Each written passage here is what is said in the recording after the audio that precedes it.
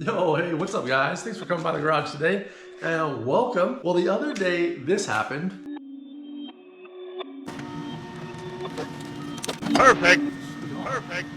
And now we've got our 2001 2JZ GE from Toyota here. This is actually pulled out of a 2001 Lexus GS300. If you don't know what a 2JZ is, it's a 3-liter inline 6 engine. You can find these engines in Lexus GS300s, IS300s, SC300s, non-turbo Toyota Supras, and then of course it's got its big brother, the turbo version of this engine as well. Everybody knows and loves. The good thing about buying an engine out of the junkyard is, well, you get an engine at a pretty good price, but the bad part is you're actually assuming a lot of risk and there's a lot of unknowns. This engine, we're gonna break it down to see if we can find a 2J in the junkyard and is it worth picking up or is it just junk garbage? 1, 2, 3, let's go.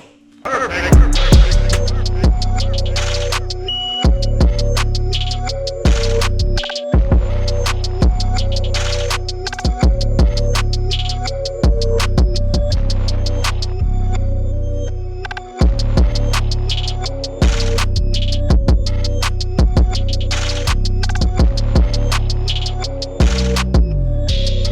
Alright, it's already starting, guys, and we haven't even got anywhere.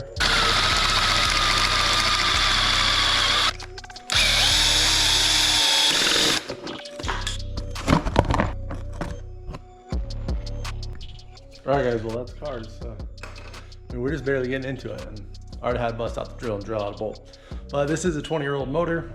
But here's a look at our timing belt here. You can see all the cracking. This timing belt's in bad shape. Luckily, it didn't let go yet. Take a peek at our cam gears here. This is for our VVTi, variable timing.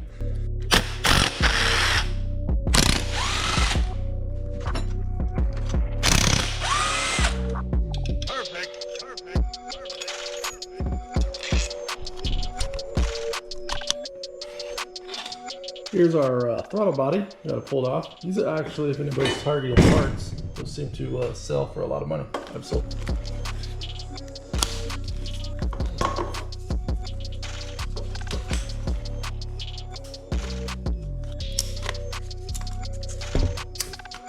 Brittle wiring harness we talked about the other day.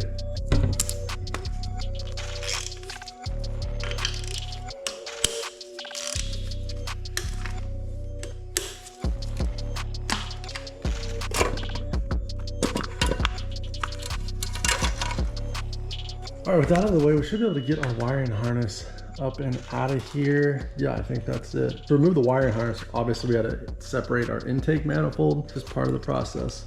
So I got a couple more bolts, we'll zip those off.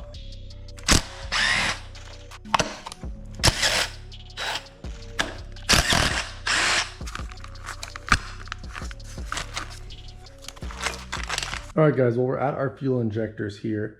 And I'm just gonna do a quick little read on them with our multimeter here.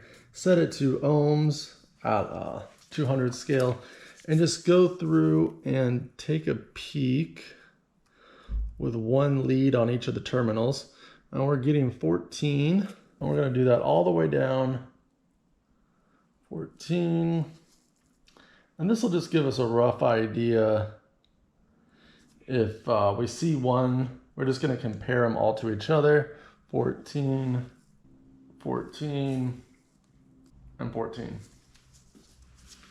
All right, that's just a quick little test we did on this engine on the injectors, just to kind of get a reading across the board, see what they were at, just compare each one to the next, and then all the way across the board. We got 14 on all 6 of them. Now, if I would have saw a 0 or somebody be like 50 or 25 even, would have been a red flag. Everything that's going on with those injectors, but it gives us a pretty good idea that nothing too far out of whack.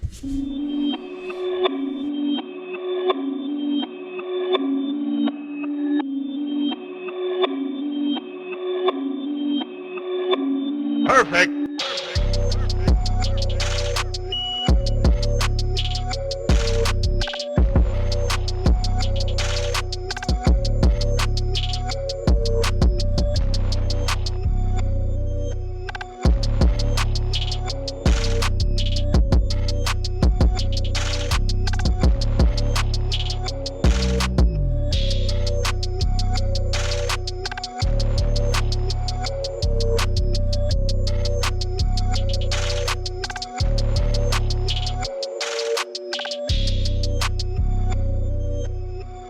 All right guys, well that harmonic balancer is stuck on there pretty good, so we're gonna have to bust out a little bit more of a specialty tool.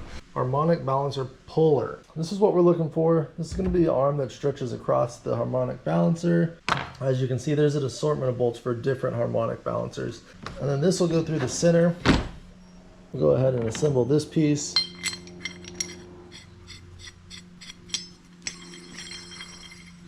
And then that will push on the center where the crank's at. Okay guys, well we're gonna go ahead and use this harmonic balancer puller to remove our harmonic balancer up front. There's just 2 bolt holes. Then this goes right in the center. All I'm going to use pressure, and it's pulling it right off. No problem.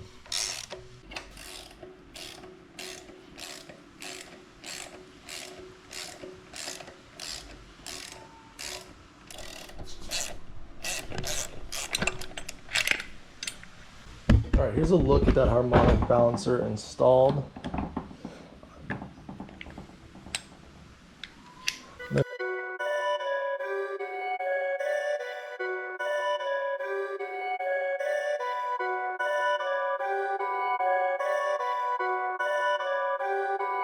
Perfect.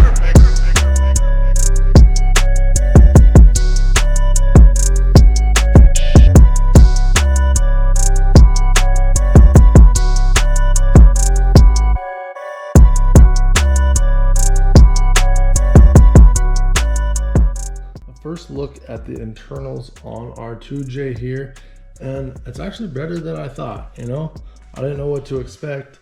This is a Junkyard engine. The exterior has a lot of leaking all over the place, pretty much. Front main seal, caps, valve covers, everything was leaking. Rear main sealed, everything was just a mess. So luckily this looks pretty good. I've definitely seen a lot worse.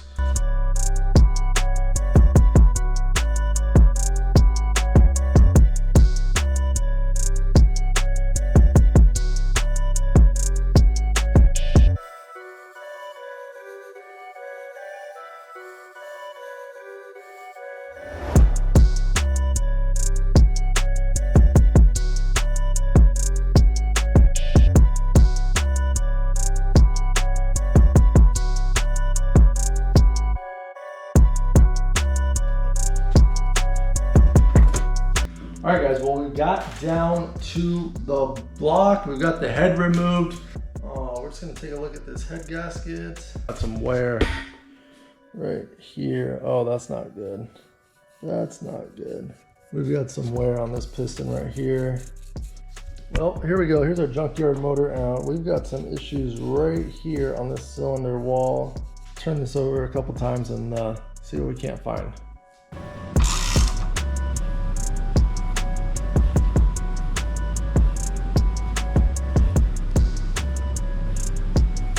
All right guys, so we've got everything taken apart to this so far. We did find some damage on our cylinder wall on these 2 cylinders, which is unfortunate. I'm gonna take a few minutes and come and look at the head off of this vehicle. So I've got it flipped upside down right now because the first thing that's on my mind, cooling system on it didn't look healthy for sure. The cooling system didn't look healthy. The radiator was cracked, very broken, and the car wasn't wrecked. So if the car wasn't totaled, it makes me feel like something with the engine went wrong, and that's what sent it to the junkyard. And I figured it might be a cooling thing. So we're gonna check the head right now. I'm gonna show you just a quick, easy way we can check the head. This head is aluminum, and I've got a nice straight edge right here. And what we're gonna do is measure across this to see if there's any warping, and we don't want any gaps. We've got a pretty good gap across this right here. You guys see underneath there? We're not even close to touching the cylinder head there.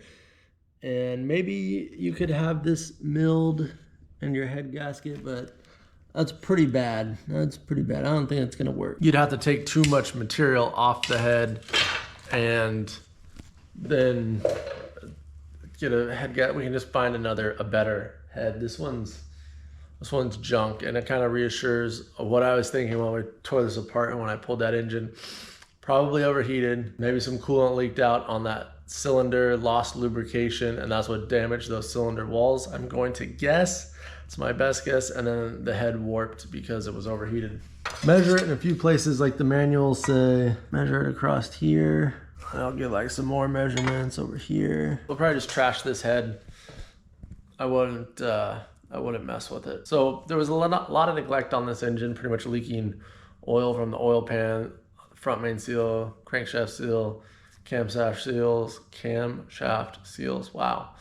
And then signs that the cooling system wasn't great, and then I got a warped head. So if you were to pull this and try to put this engine in your car, you would have bad times right off the bat. It wouldn't be. Are there good components on it? Absolutely. You could pull this motor and put a new head on it, depending on what was wrong with your car, if you had a new head to throw on it, because I think the bottom end on this one's still good. It's nasty looking. What we need to do now is go ahead and spin this thing around, work on separating the sump from the block, take a look at our crank.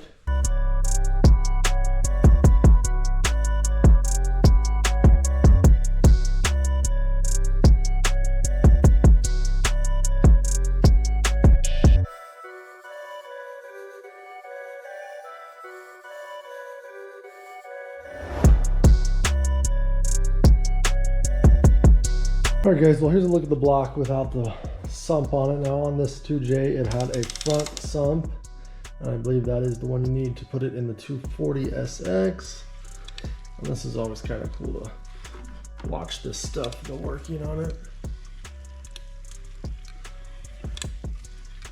Check anything. Before I disassemble this anymore, I'm going to put it up for sale, so we might revisit the bottom end. I had some people asking about the block and crank and everything just as is, so we'll see if we'll offer that up before I tear it all down. Right here we've got the front sump all disassembled. Popular one for the 240SX to put 2Js in that S chassis. So I actually got this listed on eBay already. Bolts are looking almost like brand new. Look at that. This is the complete package here. Sump, oil pan, oil level sensor, the strainer, front sump dipstick, all the hardware to mount it back up, little baffle there, just some metal edge to take all that junk off of the top. This thing was all pitted out. It looks much better. Pull that out and rinse it off. Oh, then you can see we have everything over here bagged and tagged. Since I'm not going to be using this motor for any project, we will have plenty of parts for other people's project. We've already sold a handful of things. So this is the timing belt we were looking at. We're just looking at some components and see how cracked it was, and that runs all the way through it. It wasn't gone yet, but it was on the way. This is an OEM Toyota belt. Who knows how long it's been on there. All right, guys. Well, the moral of the story for this 2J is keep your cooling system healthy, your radiator, all that stuff. But if you're watching this video, you're probably already on top of the maintenance of your car. We broke that 2J down for parts. We've got bell housing, lower sump, everything else. Already sold the wiring harness on some other stuff off of it, so we're on a good track. Got the bottom end complete still. See if anybody wants to just buy that and slap a head on it, put it back together, and be ready to go. Otherwise, we'll break that down for parts as well. Pull the crank out of there. Those cranks are worth like 500 bucks right now. Whatever. All right, I think that's it. Hope you enjoyed this. See you guys soon. Peace.